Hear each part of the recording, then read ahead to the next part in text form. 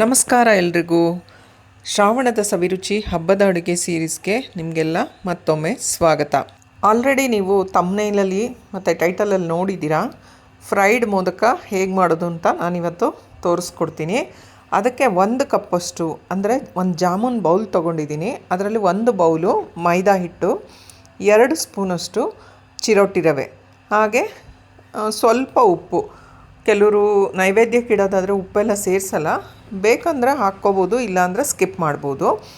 ಇದನ್ನೆಲ್ಲ ಚೆನ್ನಾಗಿ ಮಿಕ್ಸ್ ಮಾಡಿ ಒಂದು ತಿಂಡಿ ತಿನ್ನೋ ಸ್ಪೂನ್ ಬರುತ್ತಲ್ಲ ಅದರಲ್ಲೇ 4ರಿಂದ 5 ಸ್ಪೂನಷ್ಟು ಎಣ್ಣೆ, ಅಡುಗೆ ಎಣ್ಣೆನ ಬಿಸಿ ಮಾಡಿ, ಅಂದರೆ ಚೆನ್ನಾಗಿ ಕಾಯಿಸ್ಬಿಟ್ಟು ಮೈದಾ ಹಿಟ್ಟಿಗೆ ಸೇರಿಸಿ ಚೆನ್ನಾಗಿ ಮಿಕ್ಸ್ ಮಾಡಬೇಕು.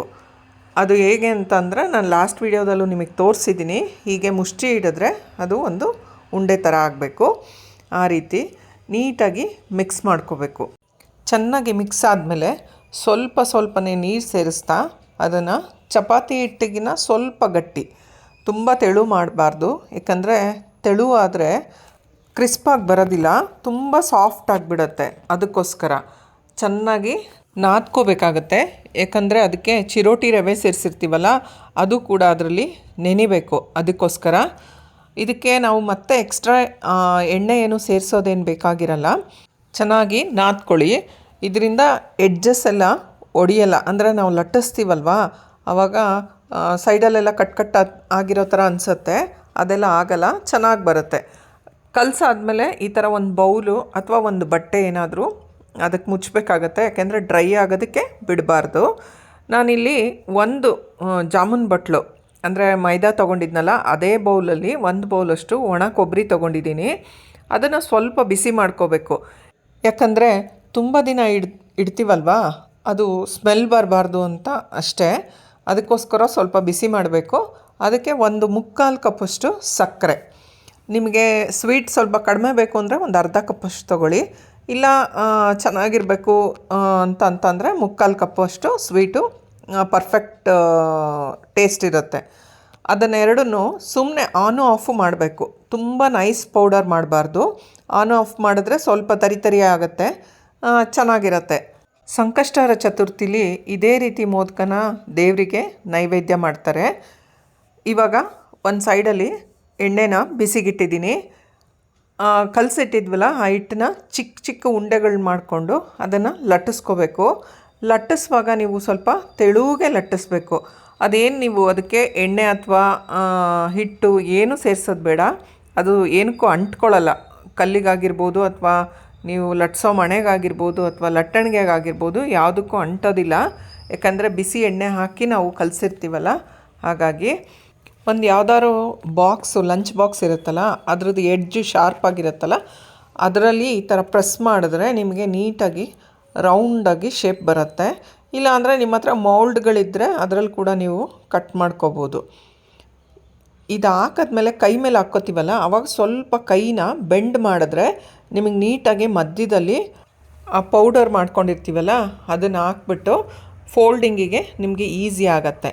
ಈ ಫೋಲ್ಡಿಂಗ್ ಕೂಡ ಅಷ್ಟೇ, ನಾವು ಸೀರೆ ನೆರಿಗೆ ಮಾಡ್ತೀವಲ್ಲ ಆ ಥರ ಜಿಗ್ಜ್ಯಾಗ್ ಶೇಪಲ್ಲಿ ಫೋಲ್ಡ್ ಮಾಡ್ತಾ ಹೋಗಬೇಕು.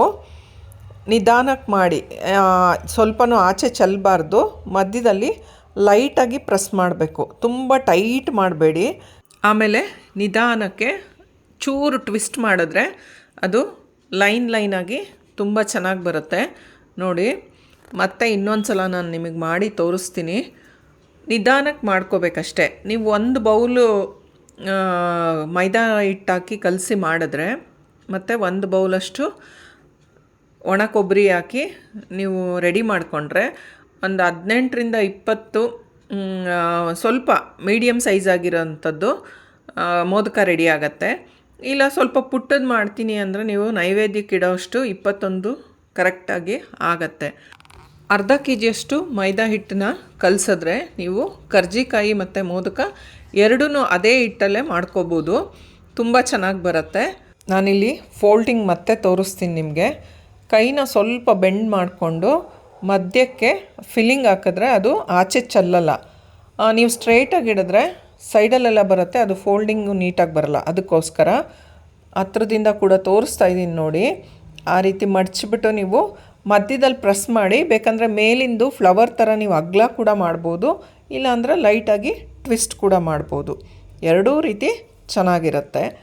ಈ ಹಬ್ಬದಲ್ಲೆಲ್ಲ ತುಂಬ ವೆರೈಟಿ ಅಡುಗೆಗಳೆಲ್ಲ ಮಾಡ್ತಾ ಇರ್ತೀವಲ್ವ, ಆವಾಗ ಏನು ಮಾಡಬೇಕು ಅಂತಂದರೆ ನಾವು ಸ್ವಲ್ಪ ಸ್ವಲ್ಪ ಕ್ವಾಂಟಿಟಿಲಿ ಮಾಡ್ಕೋಬೇಕು.